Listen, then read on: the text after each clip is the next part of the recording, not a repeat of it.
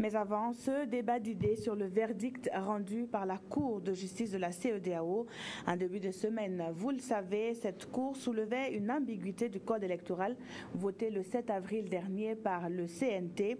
Le Centre pour la gouvernance démocratique a initié une rencontre entre différents acteurs pour un dialogue démocratique, mais surtout pour éclairer l'opinion publique. La teneur des échanges avec Alidou Badini et Draman Dadian.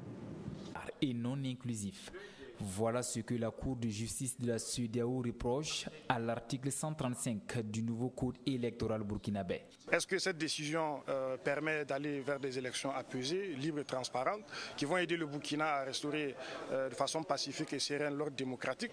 Donc c'est une des questions qui a été débattue au cours de ce dialogue. Objectif, éclairer les lanternes du public. Le président du Faso a d'ailleurs annoncé la volonté du Burkina de se conformer à la décision de la Cour de justice de la CEDEAO. Décision qui ne devrait pas en principe empiéter sur le calendrier électoral. Argument à l'appui, le conférencier s'explique.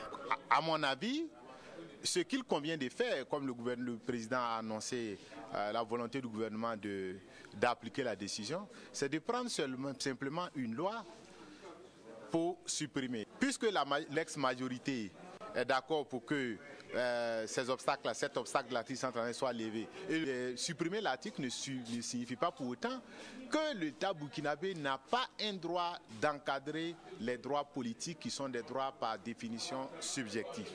Un avis partagé par ses pairs pour qui l'État burkinabé doit prendre des mesures internes pour s'adapter à cette décision de la CEDEAO. En attendant, les regards sont tournés vers le Conseil constitutionnel chargé de la validation des candidatures.